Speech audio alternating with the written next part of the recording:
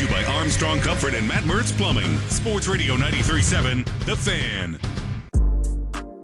Would you trade Mike Tomlin? 412-928-9370. Would you fire Mike Tomlin? 412-928-9370. Do you think that Art II's got the balls to do either of those things? 412-928-9370. I think we should start off with this guy. The perfect caller for a morning such as this. Anthony in Oakland. Good morning, pal. Or not really, but hi. I hope you're having a nice day. You know, coaches have shelf lives. And obviously it's expired here in Pittsburgh. And, you know, look, Lombardi left Green Bay. Walsh left Frisco. Brown was fired. Paul Brown. I mean, it happens. And, you know, it's Tomlin likes to say, popcorn. Well, defense is showing it now. I mean, yes. It's deteriorated. Bailey Zappi did not have you down at halftime 21-3 after last week they were shut out. You ready for this, Anthony? I'll let you keep going here, brother. But here, just for context, Bailey Zappi, who is Bailey Zappi, here's his first half stats. 14 for 21, $196, 3 touchdowns. Bailey Zappi, Anthony.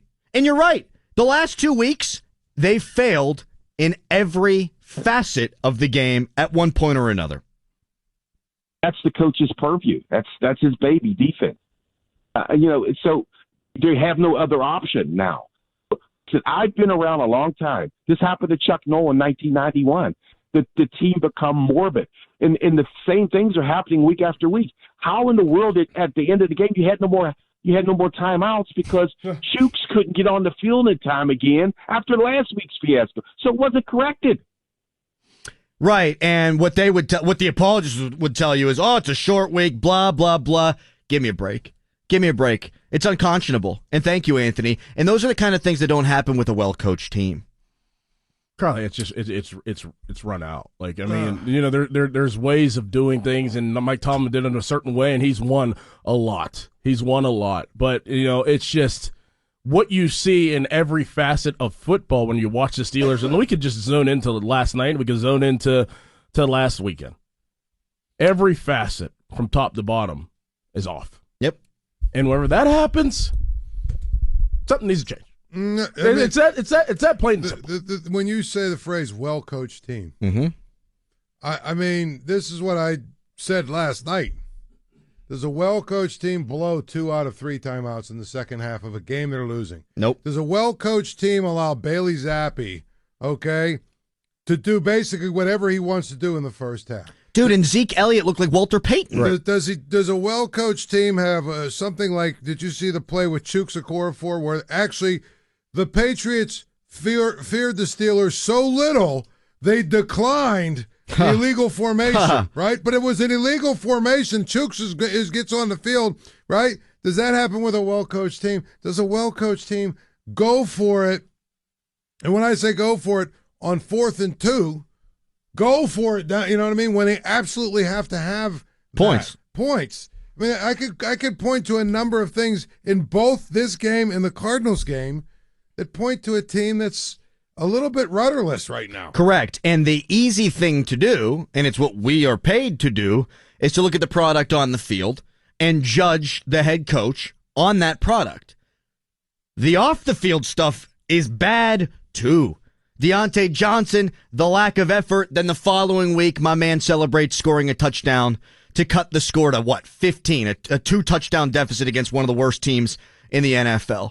You have George Pickens, who was Mopey Moperson again last night. Mm-hmm. He deletes all his Instagram stuff. Deontay Johnson was getting in fights with Minkah Fitzpatrick. I've had not one, not two, multiple people who are in the Steelers locker room every single day, Doran Dickerson, that tell me the locker room's never been worse. That's not speculation. That's what people who have covered the team for decades are telling us. And then I said it to begin the show, Mike Tomlin's generally been able to get his team to bounce back. Not only do you not bounce back, you laid an egg in the first half of the game. You're down 21-10 at halftime against a 2-win team. I think he's lost this team. 412-928-9370. Dave in Newcastle, one of our regulars. Hey, Dave. Hey, how you doing? So, yeah, man, at this point, it's like a train headed down right over a cliff. I mean, There's only one way this thing can go. I think your veterans, he's lost the veterans. He's lost the whole team, and it's not going to get better. And there has to be accountability. And you look at the team, like you said, the whole team is in shambles. Who was accountable for that? You've already fired the coordinator, and it's gotten worse. So at this point, you need to trade Mike Tomlin. I don't think that's going to happen. At the very least, though, at the end of the season, they got to let him go. Thank you, Dave. Firing Matt Canada opened up Pandora's box to really what the root of the issue is.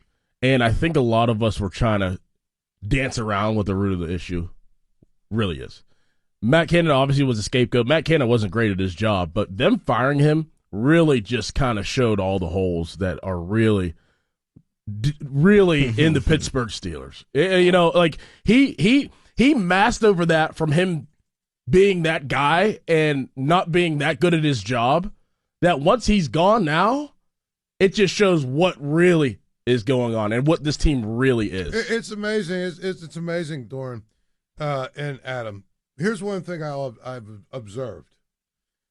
There's a subset of people that no matter what goes on, will not blame the quarterback, meaning Kenny. Mm-hmm.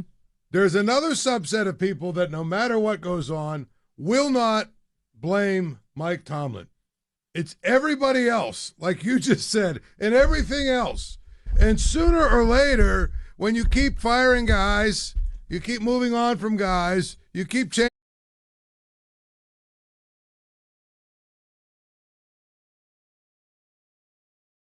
changing personnel,